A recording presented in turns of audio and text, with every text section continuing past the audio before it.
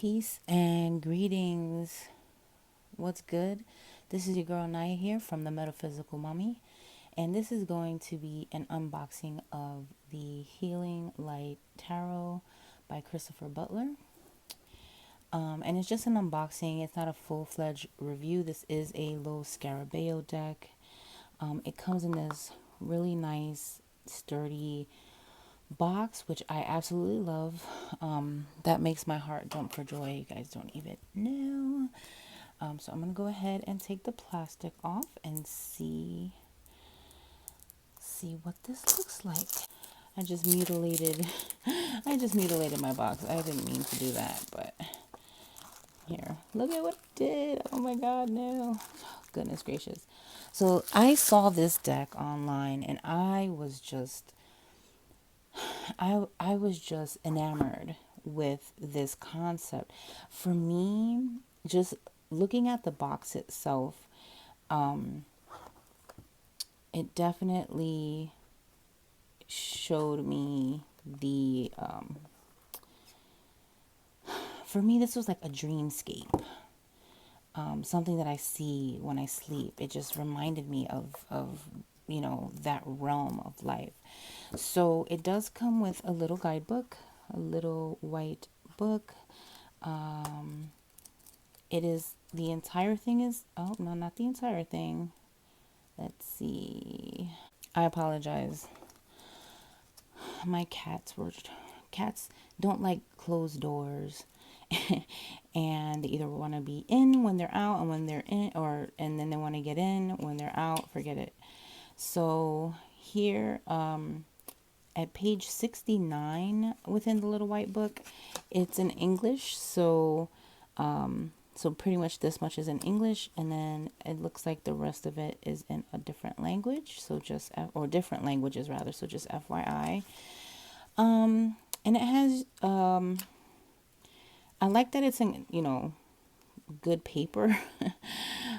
I will read this. It seems like the little definitions are a little blurb, like not just keywords. So this might be an interesting read. I apologize for not being in frame there. But, I know you guys want to see the deck. So, of course, it does come in a plastic wrap here. This does not feel like the typical size Los Scarabeo cards. So, we're going to, they feel almost, I'll compare them to some other cards. And we will see how that goes. Scissors to cut through this plastic because, here we go. Yay! Exciting. Okay. I'm really excited to work with this. Okay, so of course it comes with the Tarosophy little extra card and the title card. Okay. And so those are the backs. I just want to do a card size comparison for you. So here is the centennial weight version, and then this. So when we put them right next to each other, they are exactly the same. They feel like exactly the same size. So not even too much taller or too much wider. So that's nice because I really love the centennial weight edition. All right, so let's just go ahead and jump right into the cards and let's see what these look like. And yeah, this is wonderful. I love this. So here's the Fool. I really love the use of the shadows with the color in the landscape. It really triggers my intuition. It really does. Like I said, it really reminds me of kind of like the etheric plane when I'm dreaming. The Magician. Isn't that so powerful? For me, I find that decks that do not have faces on them, help me to, I don't know, tap in better. Maybe this high priestess is lush. Oh my God. I love this. I absolutely love this. Oh my God. I'm so excited to start using this. Wow. Okay, here's the Empress. And like the use of colors here are, they seem to be in sync with the archetype that's represented on the card, like the green on the Empress and like the orangey reddish kind of yellow warm tones on the Emperor. Love it, love it. The Hierophant,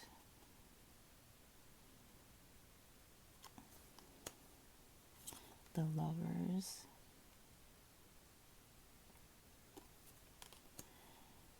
the Chariot,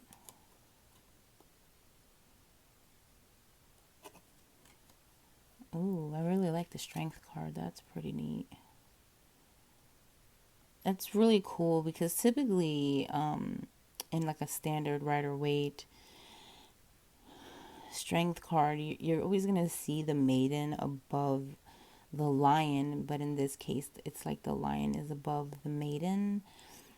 That can make for a pretty interesting reading, and I really love that. But in you know in the Thema Mundi, the sixth house is ruled by the sun, and so I really love this depiction of the Strength card, astrologically speaking. And for those of you guys that don't know, the Thema Mundi is like basically where, oh my God, that Hermit.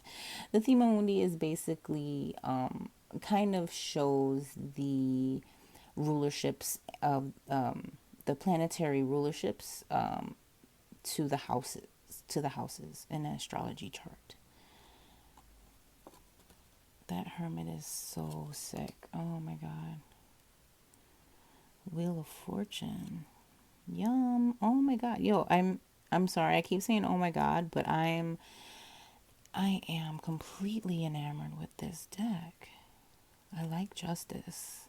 I like the cogs. It's kind of like the machine's always working. The divine justice is always working. Blind justice is always working. Oh, that's just wonderful. The Hanged Man. I really think that this deck would be really, really great to work with as a evening deck, like to insist or perpetuate the dreamscape. If you're an avid dreamer, if you really work in the dream realm and you try to like explore that realm for information and answers, I think this deck for me is totally gonna even trigger things even more, because this already seems like what I'm used to my entire life. Oh my God, this is just wonderful. Temperance. That's an interesting depiction of temperance. I think it seems more. It doesn't seem as fluid as most other temperance cards do. It feels a little bit more stagnant, almost a little bit more hard, not really too soft. So this one might be a little interesting, but okay. The Devil card. The Tower. Typical Tower. Like, oh. The Star. So I love that there's kind of like, there's colors added, but there's also like this black and gray and sepia kind of colors that kind of also happen. Like in the moon here is just kind of like the sepia. It's a dark sepia, maybe sienna kind of color that happens. I don't know if the camera's picking that up very well. I really love this moon card. And for those of you guys who are interested, I am a hermit moon.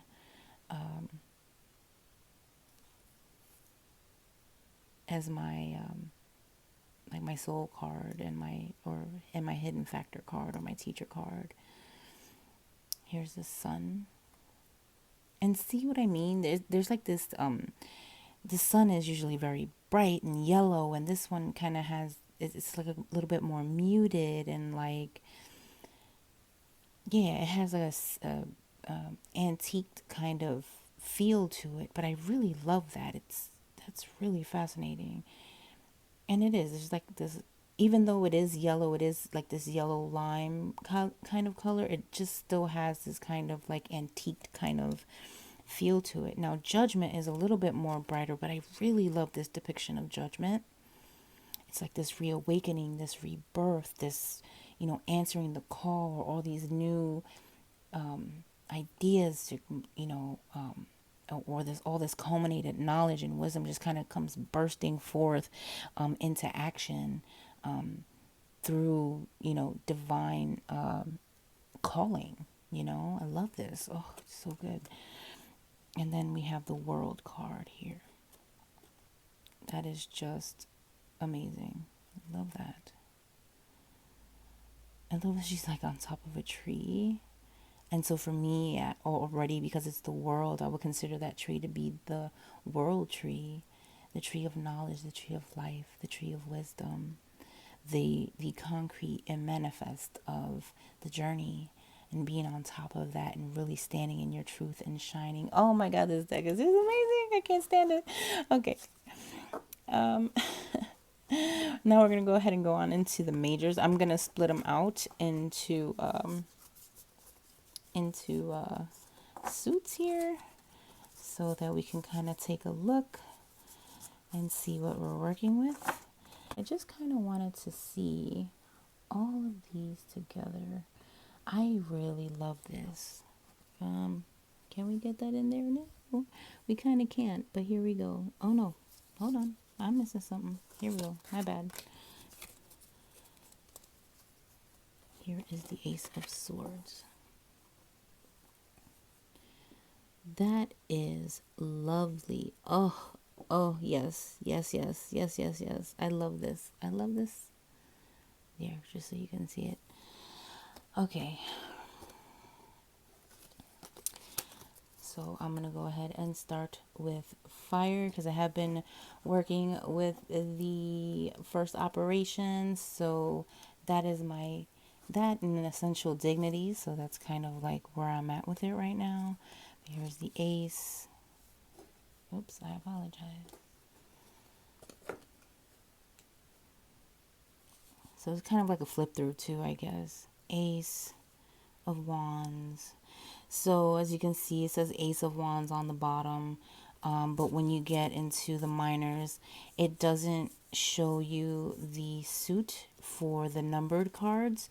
So here is the Two of Wands, the Three of Wands, the Four of Wands.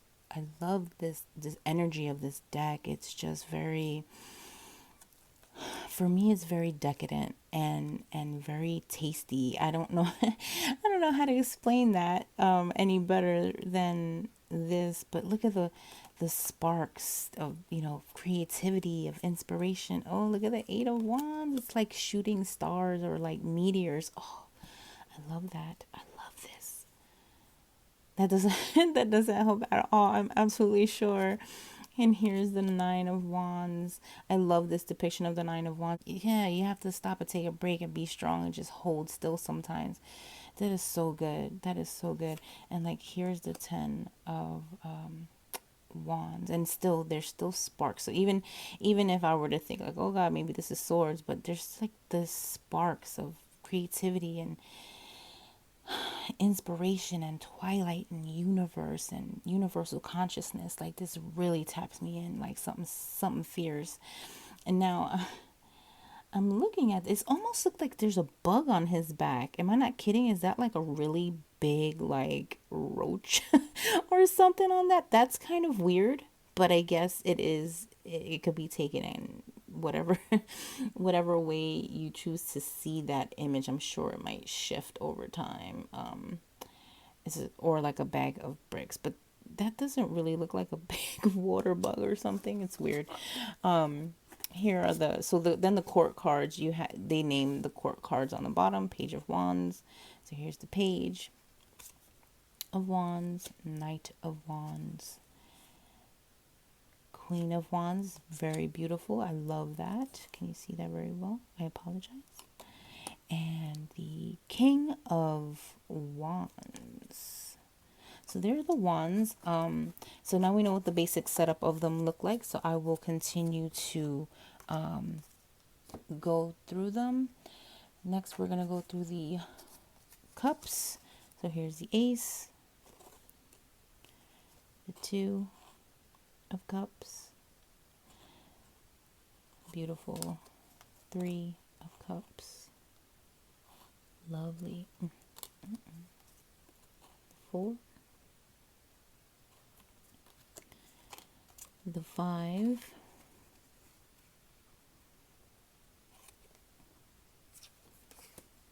the 6 of Cups,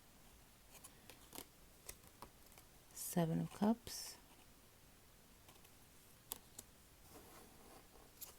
8 of Cups,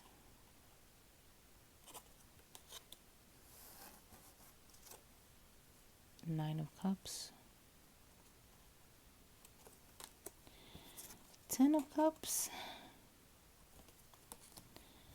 and then we have the Page of Cups with the little fish on the side, the Knight of Cups, for a second when I saw that, it looked like he was riding on a wolf for a second. I don't know why that came into my consciousness. The Queen of Cups. I really like this depiction of the Queen of Cups. Usually she looks more reserved, more receptive. Here she looks receptive, but it is in a more, it seems like in a more empowered way. Not to say that the other one is not empowered, but it just seems like there's something else there, kind of like reaching out for, reaching out for it. So like not being completely passive about it. I really love this. This could very well be like Yemaya, and nobody would know any better. Love it. It's beautiful. And then here's the King of Cups.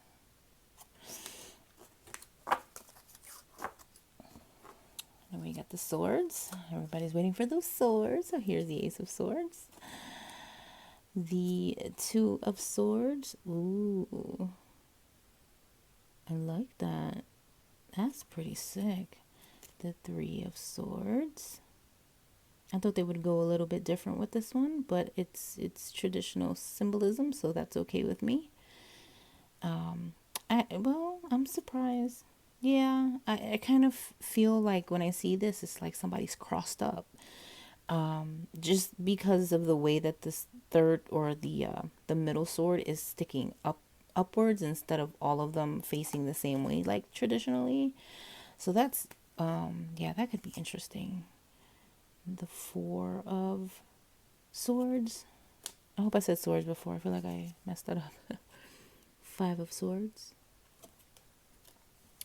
Six of Swords. I really like that. That's kind of cool. I love this.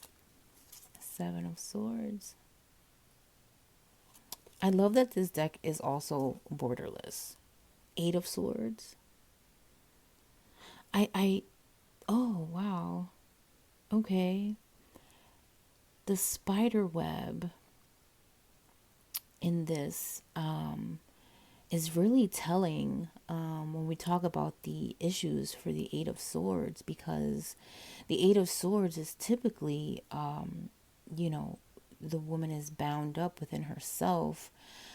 This one, the figure is bound up in a web, like a bug on a spider's web.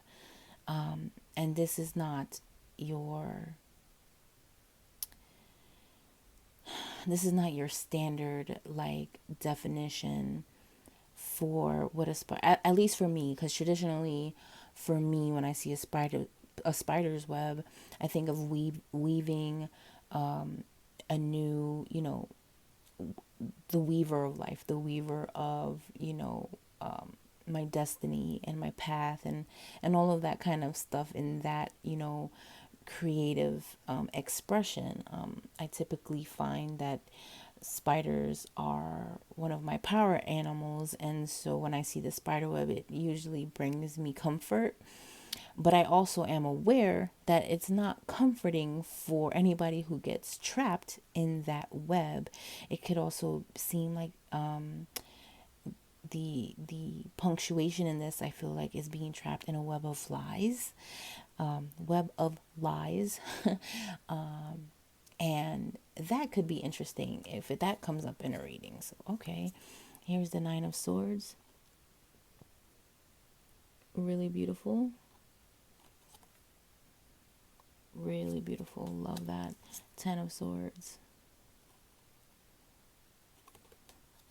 And then we have the Page, the Knight, the Queen. Wonderful. And the King. Love this. Love this. Love this so very much.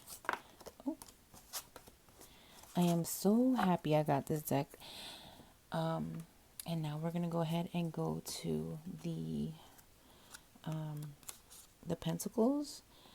Now, I'm guessing this deck just came out in 2017, if I'm not mistaken. Yeah, it says 2017 on here. So, for some reason, I thought that this deck may have been an older deck republished. I'm not 100% sure, but like I said, this is not a review. This is just a first impressions.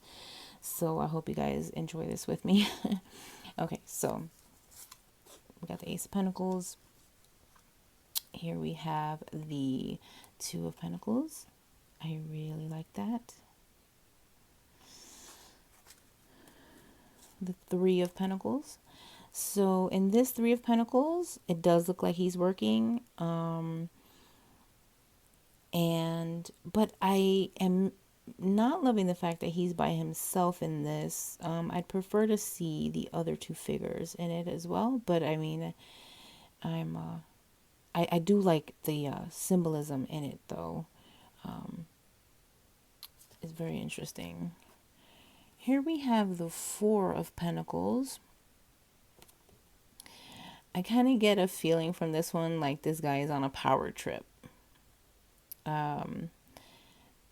Which is typically not is not the traditional meaning, but intuitively I'm getting that from the Four of Pentacles, which I've never gotten before, but it does kind of make sense. This guy's trying to, he's standing on top of things and he has all this energy kind of going, but he's trying to hold his own down, and he's kind of on a power trip, like, just, I'm gonna be stubborn as hell and just like stay here and stand here. The Five of Pentacles. Oh, okay. So this Five of Pentacles is very ethereal. I'm really feeling this card, even though it's almost hard to make sense of in a practical way. I mean, intuitive and like I said, on an etheric level, you could kind of see that, there's a light, there's these figures that are not really walking towards the light, or they're going through whatever they're going through, but they may be missing opportunities here by not stopping and, taking those opportunities that they need to. At least that's my initial impressions of this card. Very interesting, very beautiful. I'm surprised. The Five of Pentacles is usually one of those cards that seem to be the same no matter where you go. It's not really reinterpreted very often. The Six of Pentacles here is pretty standard. I like it though. Seven of Pentacles. Eight of Pentacles. I like this. It's like the etchings on the wall that he's working on. I really like that. The Nine of Pentacles. Oh, that's interesting. What's interesting, I find interesting in this Nine of Pentacles is the head on the figure. You know, when you look at that figure, what does that look like to you? What does that feel like? That I think that could give a lot of context into a reading for this Nine of Pentacles. Very interesting. Very lovely. And then we have the Ten of Pentacles with the Tree of Life kind of situation happening with the arrangement of the Pentacles, which is pretty standard. But I really like how it looks in this card. Of all the trees that are in a row. Yeah, this is really gorgeous, gorgeous deck. Okay, we're on the last leg here, people. Here we have the Page of Pentacles, the Knight of Pentacles. I really love this Queen of Pentacles. Look at that, nice and prego. And then the King of Pentacles. Overall, I really, really like this deck. I can't wait to really get into it and start using it really often. So just something else to note, since we have the cards out still, there are no gilded edges, okay? And I don't even know if this is a review or not because I'm going through all the major steps. The card stock is, I guess, standard. I don't know. This feels a little bit... the Centennial Weight cardstock is thicker. This is obviously, this is a little bit more glossy. It's not matte at all. I guess it's typical Lo Scarabeo cardstock, if that helps anybody. So let me see. It feels like it has a little bit more, it feels like it's a little tougher though than standard some other ones. Maybe it's the way that the cards themselves are dimensioned that make it feel sturdier. So overall, I hope you enjoyed this. This was the Healing Light Tarot. So this is my first impressions and flip through of the Healing Light Tarot by Christopher Butler, produced by Lo Scarabeo. So I hope you enjoyed this. Peace for now, and I'll see you on the next one.